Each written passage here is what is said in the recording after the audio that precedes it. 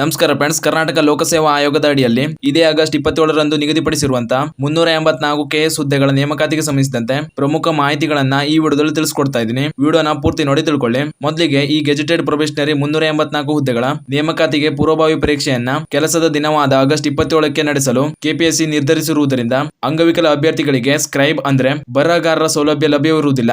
ಹೀಗಾಗಿ ಪರೀಕ್ಷೆಯನ್ನ ಮುಂದೂಡಬೇಕೆಂದು ಆಗ್ರಹಿಸಿ ಮುಖ್ಯಮಂತ್ರಿ ಮತ್ತು ಮುಖ್ಯ ಕಾರ್ಯದರ್ಶಿಗಳಿಗೆ ಅಖಿಲ ಕರ್ನಾಟಕ ಅಂಗವಿಕಲರ ಹೋರಾಟ ಸಮಿತಿ ಮನವಿ ಸಲ್ಲಿಸಿದೆ. ಹಾಗೂ ವಿವಿಧ ಅಂಗಗಳ ನ್ಯೂನ್ಯತೆ ಇರುವವರು ಗೆಜೆಟೆಡ್ ಪ್ರೊಬೇಷನರಿ ಪರೀಕ್ಷೆಗೆ ಅರ್ಜಿ ಸಲ್ಲಿಸಿದ್ದಾರೆ. ಕೆಲಸದ ದಿನ ಪೂರ್ವಭಾವಿ ಪರೀಕ್ಷೆ ನಡೆದರೆ ಈ ಅಭ್ಯರ್ಥಿಗಳಿಗೆ ಪರೀಕ್ಷೆ ಬರೆಯಲು ಸಹಾಯಕರು ಸಿಗುವುದಿಲ್ಲ. ಇದರಿಂದ ಅಂಗವಿಕಲ ಅಭ್ಯರ್ಥಿಗಳು ಪರೀಕ್ಷೆ ಬರೆಯುವ ಅವಕಾಶದಿಂದ ವಂಚಿತರಾಗುವ ಸಾಧ್ಯತೆ ಇದೆ. ಹೀಗಾಗಿ ಕೆಲಸದ ದಿನ ಹೊರತುಪಡಿಸಿ ಭಾನುವಾರ ಅಥವಾ ಇತರೆ ರಜಾ ದಿನದಂದು ಪರೀಕ್ಷೆ ನಡೆಸಬೇಕೆಂದು ಸಮಿತಿಯು ಒತ್ತಾಯಿಸಿ ಮನವಿ ಸಲ್ಲಿಸಿದೆ ಅಂತ ಮಾಹಿತಿ ಬಂದಿದೆ. ನಂತರ ಎರಡನೇದಾಗಿ ರಾಷ್ಟ್ರೀಯ ಪರೀಕ್ಷಾ ಏಜೆನ್ಸಿ ಆಗಸ್ಟ್ 26ರಂದು ನಡೆಸಲು ನಿಗದಿಪಡಿಸಿದ್ದ ಯುಜಿಸಿ ನೆಟ್ ಪರೀಕ್ಷೆಯನ್ನ ಆಗಸ್ಟ್ 27ರಂದು ನಡೆಸಲು ಮರು ನಿಗದಿಪಡಿಸಿದೆ. ಆಗಸ್ಟ್ 21ರಿಂದ ಸೆಪ್ಟೆಂಬರ್ 4ರವರೆಗೆ ಯುಜಿಸಿ ನೆಟ್ ಪರೀಕ್ಷೆ ಇರುವುದು ಗೊತ್ತಿದ್ದರೂ ಗೆಜೆಟೆಡ್ ಪೂರ್ವಭಾವಿ ಪರೀಕ್ಷೆಯನ್ನ ಆಗಸ್ಟ್ 27ರಂದು ನಡೆಸಲು ಕೆಪಿಎಸ್ಸಿ ನಿರ್ಧರಿಸಿರುವುದು ಬೇಜವಾಬ್ದಾರಿತನ ಎಂದು ಹಲವಾರು ಅಭ್ಯರ್ಥಿಗಳು ಕೆಪಿಎಸ್ಸಿ ಆಯೋಗದ ಮೇಲೆ ದೂರು ನೀಡಿದ್ದಾರೆ. ನಂತರ ಮೂರನೇದಾಗಿ ಲೋಕಸೇವಾ ಆಯೋಗವು ಈಗಾಗಲೇ ನಿಗದಿಪಡಿಸಿರುವಂತಹ ದಿನದಂದು ಪರೀಕ್ಷೆ ನಡೆದರೆ ಖಾಸಗಿ ಕ್ಷೇತ್ರದ ನೌಕರರು, ಕೇಂದ್ರ ಸರ್ಕಾರದ ನೌಕರರು ಹಾಗೂ ಕೇಂದ್ರ ಸರ್ಕಾರದ ಶಾಲಾ ಶಿಕ್ಷಕರು ಸೇರಿದಂತೆ ಹಲವಾರು ಅಭ್ಯರ್ಥಿಗಳು ಅವಕಾಶ ವಂಚಿತರಾಗುತ್ತಾರೆ.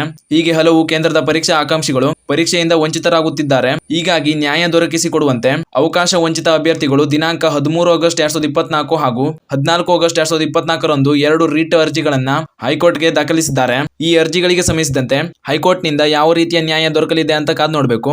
ಅದೇ ರೀತಿ ಈಗಾಗಲೇ 3 ಬಾರಿ ಮುಂದೂಡಲ್ಪಟ್ಟಿರುವ ಈ ಕೆಎಸ್ ಪರೀಕ್ಷೆಯನ್ನ ಆಗಸ್ಟ್ 27ರಂದು ನಡೆಸಲಿ ಅಂತ ಕೆಲವು ಅಭ್ಯರ್ಥಿಗಳು ಇದ್ರೆ, ಇನ್ನು ಹಲವಾರು ಅಭ್ಯರ್ಥಿಗಳು ಆಗಸ್ಟ್ 27ರಂದು ಪರೀಕ್ಷೆ ನಡೆಸಿದರೆ ಹಲವಾರು ಅಭ್ಯರ್ಥಿಗಳು ಪರೀಕ್ಷೆ ಬರೆಯುವುದರಿಂದ ವಂಚಿತರಾಗುವುದರಿಂದ ಈ ಪರೀಕ್ಷೆಯನ್ನ ಮುಂದೂಡಬೇಕೆಂದು ಕೆಪಿಎಸ್ಸಿ ಹಾಗೂ ಸರ್ಕಾರಕ್ಕೆ ಮನವಿ ಸಲ್ಲಿಸಿದ್ದಾರೆ. ಅಭ್ಯರ್ಥಿಗಳು ಹಾಗೂ ಹಲವು ಸಮಿತಿಗಳಿಂದ ಸಲ್ಲಿಸಿರುವಂತಹ ಈ ಎಲ್ಲಾ ಮನವಿಗಳನ್ನ ಸರ್ಕಾರ ಯಾವ ರೀತಿ ತೆಗೆದುಕೊಳ್ಳಲಿದೆ ಅಂತ ಕಾದು ನೋಡಬೇಕಾಗಿದೆ. ನಿಮಗೆ ಪರೀಕ್ಷಾ ದಿನಾಂಕ ಮುಂದೂಡಬೇಕಾ ಅಥವಾ ಈಗಾಗಲೇ ನಿಗದಿಪಡಿಸಿರುವ ದಿನದಂದೇ ಪರೀಕ್ಷೆ ನಡೀಬೇಕಾ ಅಂತ ಕಮೆಂಟ್ ಮೂಲಕ ತಿಳಿಸಿ.